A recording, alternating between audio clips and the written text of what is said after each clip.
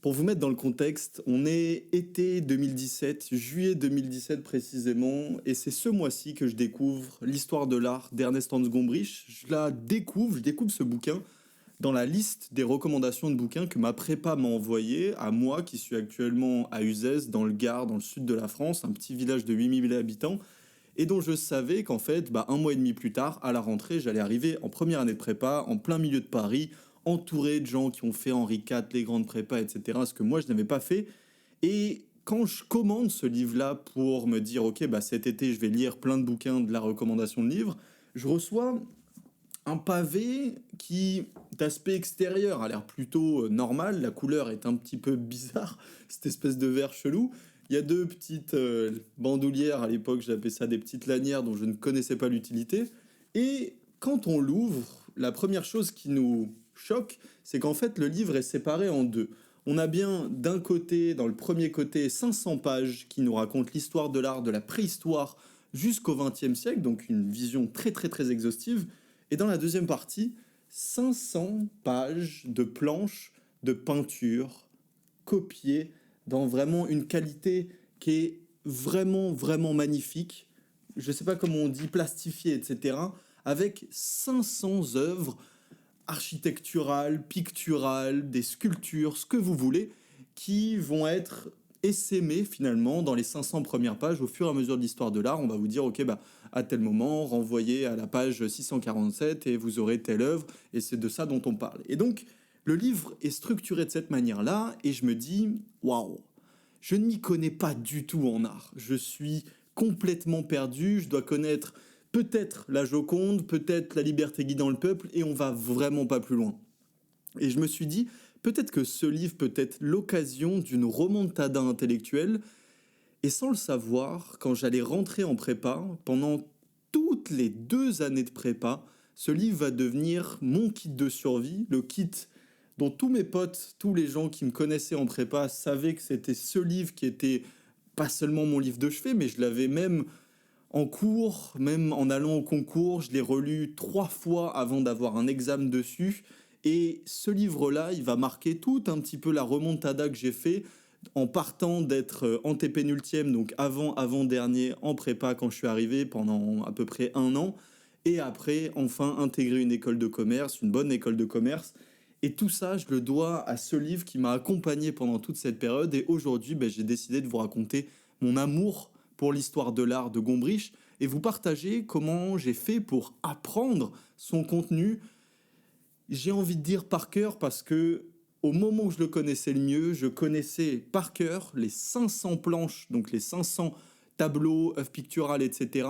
Je connaissais leur nom par cœur, je connaissais leur auteur par cœur, je connaissais leur siècle par cœur, et je pouvais, pour chacun des 28 chapitres des 500 premières pages, vous donner avec un niveau de détail dont même moi j'étais assez surpris, tellement j'étais passionné et profondément amoureux de ce bijou. En fait, ce qui est assez marrant, c'est que la première fois que du coup je me suis lancé dans ce bouquin, on était vers août, du coup, je devais l'avoir reçu et je me disais, ok, je vais m'y mettre parce que 1000 pages, je sais pas comment je vais faire.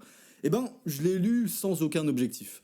Évidemment, je l'ai lu en mode, on verra bien ce qui reste dans ma tête, je croise les doigts. Et en fait, évidemment, rien n'est resté.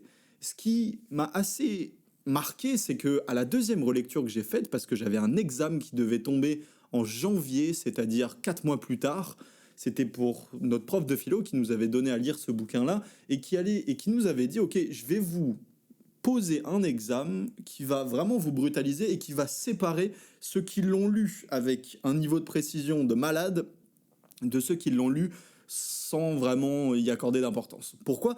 Parce qu'il nous avait dit, je vais vous poser aléatoirement des questions en mode, je vais vous montrer une œuvre des 500 planches. Il faut vraiment que vous vous représentiez 500 planches parce que 500 œuvres à apprendre par cœur, et je mens pas sur les 500, c'est beaucoup. C'est vraiment, vraiment, vraiment beaucoup. Ça demande 1500 choses à connaître parce que vous devez connaître l'œuvre, l'auteur, le nom de l'œuvre et le siècle à laquelle elle a été créée. Et ça m'a marqué parce que je me suis dit, ok, c'est à cet examen que je vais devoir faire la différence, sachant que j'étais complètement nul, je devais avoir peut-être 2,6 de moyenne pendant à peu près ces 4 premiers mois. Je me suis dit, je vais tout mettre sur ce bouquin-là. je vais le connaître, mais même pas par cœur. Je vais pouvoir le réutiliser jusqu'à la fin de mes jours. Et ce qui est assez marrant, c'est que juste avant de faire cette vidéo, j'ai repris des œuvres, etc. Et il m'est arrivé de connaître les noms des œuvres alors que je ne les ai pas vues depuis plusieurs années, juste pour vous montrer à quel point ça a été fort. Donc je vous disais, la première lecture que j'en ai faite, elle n'avait pas d'objectif. Et ça m'a beaucoup desservi parce que ça ne m'a pas ancré les idées. La deuxième relecture, donc pardon, la première relecture donc, que j'ai faite après l'avoir lu une première fois, c'était 2 mois avant l'examen. Et cette fois-ci, je m'étais dit, ok Thomas, à chaque chapitre, ton objectif, ça va être juste de retenir 3 artistes un petit peu marquants et une de leurs œuvres. On s'en fout du siècle, on s'en fout de l'époque précise à laquelle ils l'ont faite, ni de la date, mais juste connais ces 3 chiffres, connais ces 3 noms, pardon. Et ça c'est extrêmement fort. Pourquoi ? Tout simplement parce que vous allez être en mode enquêteur. C'est ça que j'aime bien l'appeler, c'est que à chaque chapitre, vous allez vous dire, ok, bon là on me balance une vingtaine d'artistes, mettons qu'on soit au 17e, on me balance des grands peintres italiens de la Renaissance, et pendant que vous lisez, vous êtes vraiment en mode, ok, est-ce que lui il mérite que je le retienne ? Je vois que là, Gombrich, il me parle, il me dit, mais c'est incroyable, allez regarder cette œuvre picturale. Donc après, tu vas à la planche, à la table, tu regardes le tableau qu'il a fait, puis tu décortiques, etc. Et puis, en fonction de si t'aimes un petit peu son dessin, les couleurs qu'il a mises, si tu vois que c'est vraiment un des peintres les plus reconnus de ce siècle-là, alors tu vas te dire, ouais, ok, lui, il mérite d'être retenu. Pourquoi est-ce qu'il mérite d'être retenu ? Parce qu'il a fait ça. Parce que là, il a représenté Saint-Sébastien en train de se faire crucifier, etc., etc. Et donc, tu commences à te créer un narratif et tu te commences à créer une espèce de hiérarchie. Ça avait été radical. Pourquoi ? Parce que à la première lecture, je n'avais rien, mais alors rien mémorisé. Et après la première relecture, ça a été complètement différent. Je savais à peu près, pas pour tous les siècles, mais en tout cas pour la plupart des siècles les plus importants, je pouvais me dire, ouais, là c'est clairement Bernini, là je pouvais te mettre tel mec là, et je savais pourquoi, parce que j'avais bien regardé leur peinture et je m'étais dit, ouais, lui là il est trop fort pour ça.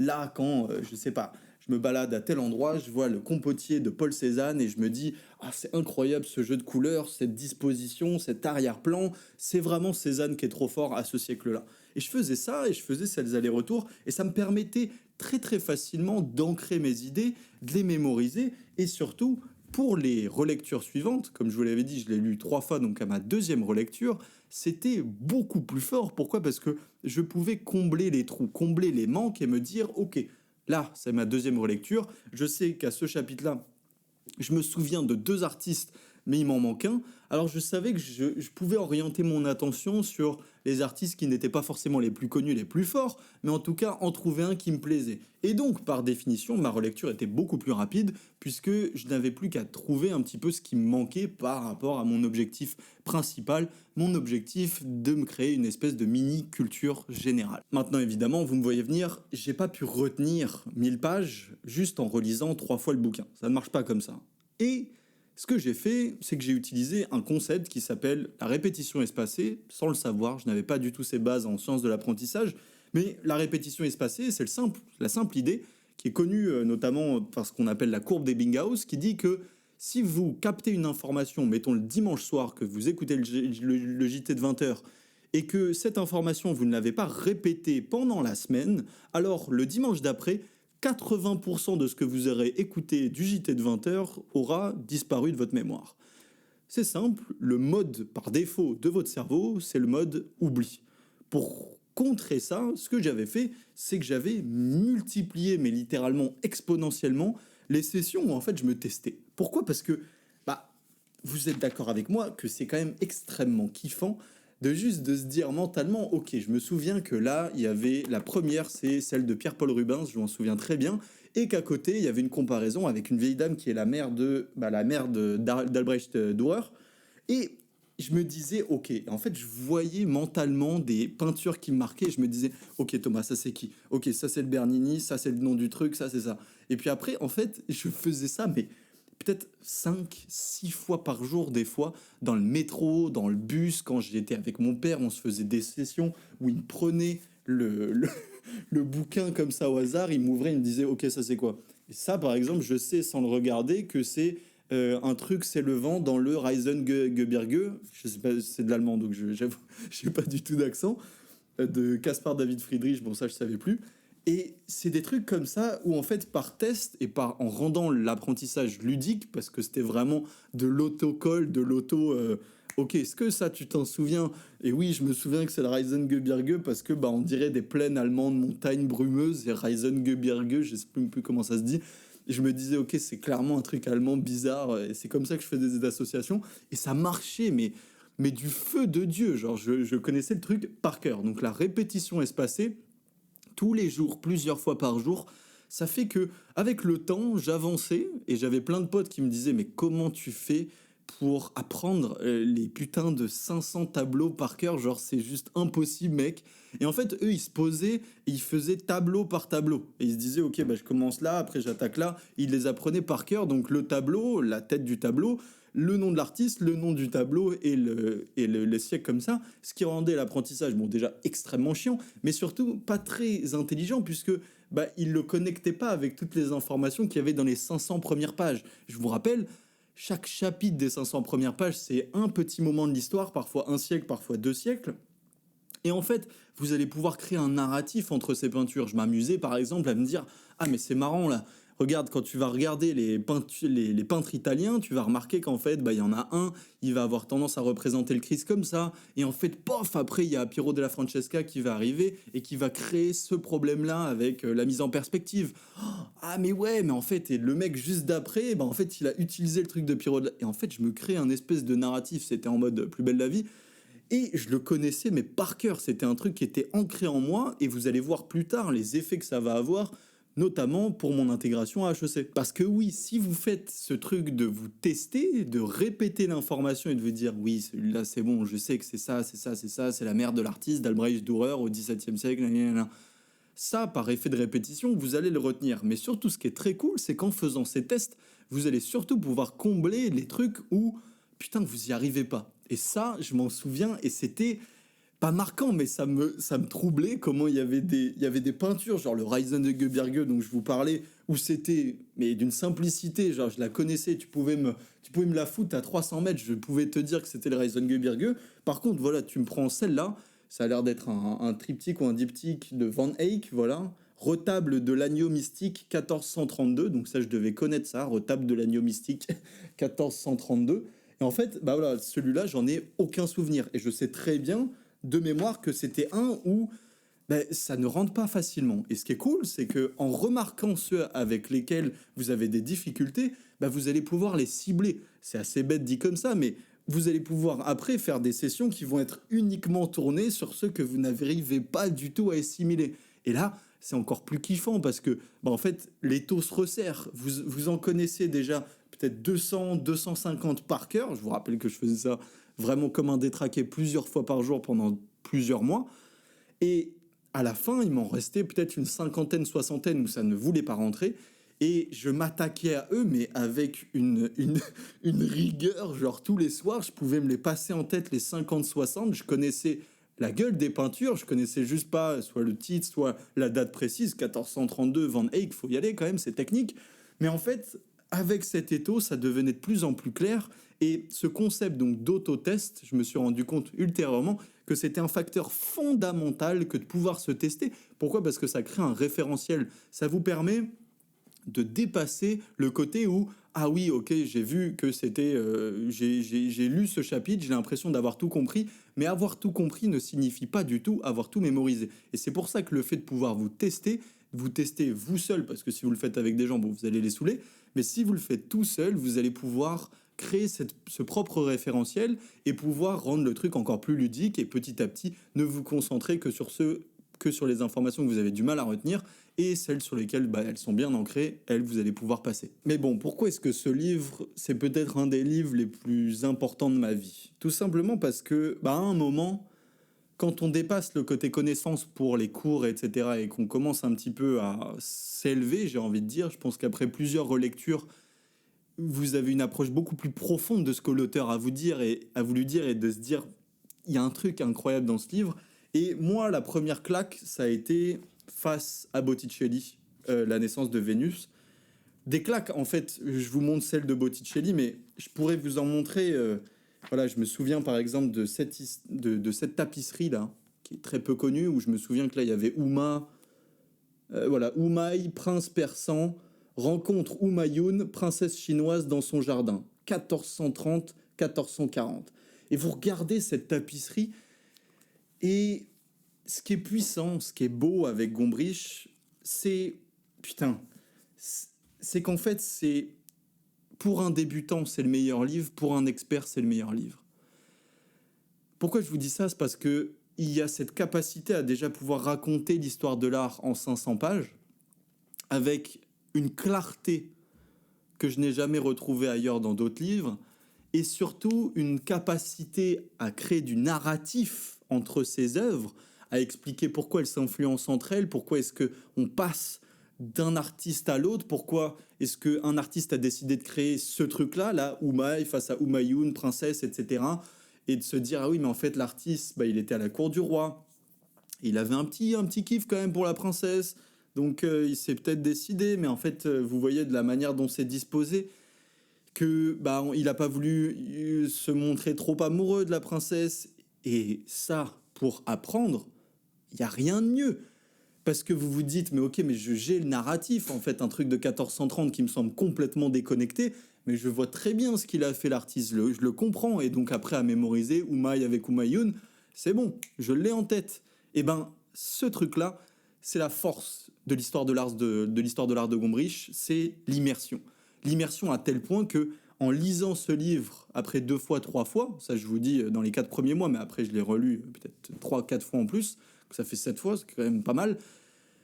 Je suis allé au Louvre en fait, parce que je me suis dit, j'ai eu un jour la beauté d'avoir le livre que j'ai tellement aimé que je me suis dit, mais lève-toi, enfin passe à l'action, parce que là il est temps d'aller dévorer en fait des musées, quelque chose auquel j'étais pas du tout habitué de par d'où je viens. Mais ce truc-là, c'était fort parce que je me disais, mais attends, mais il faut que je les voie, la naissance de Vénus. Alors évidemment que j'étais allé au Louvre avant, comme tout Parisien qui se respecte, mais j'y étais pas allé avec cette envie de voir l'œuvre. J'y étais allé, comme disait mon prof de philo, pour dire j'ai vu, je suis allé au Louvre. Oui, c'est bon, j'ai fait. Je suis débarrassé de cette corvée. Non, non, non, non, non, non. Là, j'y suis allé. J'ai acheté mon billet. Limite, j'étais prêt à l'acheter plein pot, même à filer de la thune au Louvre pour me dire putain, mais c'est vrai que c'est incroyable ce qu'ils ont fait. Et après, y aller et rester 40 minutes devant une œuvre. Mais littéralement, un truc que j'avais jamais fait. Mais juste pour voir tous ces détails, me refaire le narratif, voir comment, de ce que je me souvenais du mouvement artistique dans lequel cette peinture elle était. Mais en fait, oui, je vois, parce que quand je suis dans la salle et qu'il y a il y a 12 autres peintures autour, ben, je regarde un petit peu les différences, avec quel outil elle a fait ça, pourquoi elle a positionné ça comme ça, me faire le récit du truc, pourquoi est-ce qu'elle a utilisé telle palette. Et ça, la multiplicité des manières de se connecter à l'information, c'est-à-dire là de manière visuelle, de manière émotionnelle, de manière narrative, de manière olfactive. Je me souviens des odeurs quand vous allez au Louvre, que vous rapprochez d'une peinture. Il y a cette espèce de connexion très proche quoi, avec la matière, de voir un petit peu les derniers traits, la signature de l'artiste. Enfin bref, c'est des trucs qui m'ont bercé en tant que souvenir et qui en fait ont tellement densifié chaque souvenir de chaque peinture que non seulement la tâche de la mémoriser devenir extrêmement simple, mais surtout elle devenait addictive, plaisante. C'était plus du tout un truc où je me disais oh là là, il faut vraiment que j'ai une bonne note. Là, c'était passé en mode ça c'est pour la vie. Là, c'est des peintures qui vont me guider et qui vont me donner un goût déjà en tant que personne, en tant que personnalité, et qui m'ont tellement donné qu'en fait elles m'ont fait rayonner quand à l'oral d'HEC, donc là on fait un saut d'un an et demi, ok j'ai passé 1500 péripéties, je vous cache tous les oraux, toutes les dissertations de philo, où dès que je pouvais je te calais une œuvre d'art, je t'en mettais 2, 3 dans la dissertation et je t'expliquais l'anecdote de Gombrich sur le truc où je me disais mais c'est un truc de fou. Et même si notre sujet à nous à l'époque c'était la mémoire, dès que je pouvais je te calais une peinture et je te calais ça dès que je pouvais parce que bah, juste je me disais bah, j'ai pas de culture générale, j'en ai encore moins dans l'art, donc dès que j'en ai un petit peu je peux t'en lâcher. Et à chaque fois ça m'a amené à chaque colle, donc à chaque oral en fait que je passais en prépa, à caler dès que je pouvais Bah, un truc comme ça, là, un truc genre à la Humayun de 1430 au Tibet, et où je voyais le colleur, donc qui est un prof de philo, soit d'université, soit de prépa, le mec est normalien, écrit plein de bouquins, etc., qui me regardait genre comme si j'étais comme si j'étais un espèce de détraqué. Genre, comment tu connais, comment tu arrives à me sortir Humayun? Et certains avaient la ref. Genre, certains me disaient. Ah mais oui, d'accord, donc vous connaissez l'histoire de la famille royale Humayun, vous connaissez ce qui s'est passé, vous pouvez m'en dire plus un petit peu sur cette période. Et Dieu merci, mais je pouvais lui en lâcher, mais pendant des 10 minutes. Et sachant qu'à chaque call, il y avait à chaque fois des questions, des sessions-réponses, etc., bah en fait, ça me faisait gagner déjà un temps monumental parce que je pouvais lui faire un tunnel gigantesque sur le chapitre. Je pouvais lui dire, ah ouais, mais il y a tel auteur et tel auteur. Et en fait, on terminait la colle souvent et le mec me disait, bon, j'ai oublié de vous poser des questions. Mais par contre, qu'est-ce que vous êtes calé? Et je pense que ce pouvoir symbolique de Crary, enfin, comme si j'avais vraiment une vraie connaissance poussée, ce que j'avais un petit peu, mais que sur ce bouquin-là, en fait, lui, ça me faisait augmenter ma note, mais de. Enfin bref, c'était la première fois que je tapais des 15, des 16, des 17, parfois en colle de culture générale face à un normalien. Je vous avoue que c'était compliqué. Et ce qui m'amène à mon anecdote finale, l'oral d'HEC. Je vais à HEC, je passe mes oraux, et l'oral de culture générale, qui est vraiment. Bah, en fait, c'était la seule école de commerce où il y a un oral de culture générale, c'est-à-dire un oral de philosophie d'une certaine manière, qui est un petit peu la trouille parce que quand vous voyez les sujets qui tombent, par exemple le nuque, j'ai un pote qui a eu le nuque c'est compliqué. Alors le nuque, pour ceux qui savent pas, c'est les hommes qui sont castrés. Mais sur le petit post-it qu'on vous donne et sur lequel vous devez vous préparer pendant 10 minutes pour faire une dissertation, tenir 10 minutes à l'oral et après 10 minutes de questions-réponses face à 3 profs de philo qui sont face à vous et face à d'autres élèves qui viennent vous regarder quand vous êtes à HEC, passer sur le nuque, alors que mon pote, bon, il a eu la chance de connaître ce que c'était un eunuque, mais si vous savez pas ce que c'est eunuque, bah, vous n'avez pas votre téléphone, vous n'avez pas votre ordi, et donc pendant 10 minutes, vous allez rien dire, vous allez parler sur un truc que vous ne connaissez pas. Bref, moi, le post-it sur lequel je tombe, l'authenticité. Autant vous dire que le Gombrich, je crois il était en train de me susurrer des mots pendant toute ma colle. J'ai dû citer 6 œuvres, j'ai parlé de tout ce que je pouvais connaître sur Gombrich et en mettant d'autres philosophes à côté. Et en fait, l'oral s'est passé, mais en glissant, quoi. J'étais pétrifié avant d'avoir le post-it. Quand je l'ai ouvert, je me suis dit, oh, ce truc-là, il y a 2 ans avant, je me disais, mais comment est-ce que je vais l'apprendre? Et là, comme ça, c'était intégré, mémorisé. Je l'ai ressorti et j'ai fini par avoir 15 et ça m'a aidé à avoir HEC. Je sais pas comment j'ai fait. J'ai eu la chance, vous me direz, c'est beaucoup de chance, mais je crois que même si le sujet c'était l'automobile, j'aurais fait en sorte de ressortir du Gombrich. Bref, les 2 derniers points que je voulais aborder, en fait, j'imagine que vous les posez, c'est Thomas, t'as fait des fiches ou pas? Alors, moi, je suis anti-fiche. Pourquoi? Parce que bah, déjà, dans ma manière de fonctionner, ça me fait chier, ça me saoule de faire des fiches, c'est chiant à mourir. Et surtout, j'ai découvert que bah, d'un point de vue scientifique et d'un point de vue mémoriel, faire des fiches, ça peut servir à quelque chose, mais surtout, ça peut servir à rien. Ce que j'ai utilisé par contre, c'est ce que j'appelle moi l'exercice de Feynman, l'exercice de pensée de Feynman, Richard Feynman qui était un prix Nobel de physique, qui, pour retenir les choses, essayait de les simplifier, de les vulgariser très fortement, de telle manière à ce qu'ils deviennent absolument ultra simples à mémoriser. Et en fait, c'est ce que je faisais. Quand je vous dis que je m'auto-testais, c'est ça que je faisais. Je me disais, ok, c'est quoi les principales caractéristiques de la Renaissance? Je vois que mes premières réponses, ben, j'essayais de coller au texte, j'essayais de me souvenir des termes que Gombrich utilisait. Et quand c'était flou, quand je voyais qu'en fait je manquais de mémoire, etc., je me disais, ok, retourne voir. Et là, quand tu relis l'explication de la Renaissance pour Gombrich, j'essaie de me le rendre encore plus simple. Ben, la Renaissance, c'est un petit peu le passage d'après l'Ancien Régime, par exemple en France. La Renaissance, ben, c'est aussi l'époque où il y a énormément de sciences, donc peut-être l'avènement de la perspective, puisque la perspective, c'est de la géométrie, et des trucs comme ça où je venais à des narratifs extrêmement simples, que je collais évidemment à d'autres peintures. Ah oui, je me souviens que Piero della Francesca, c'est un des premiers, après avec Bernin, Bernini, etc., etc.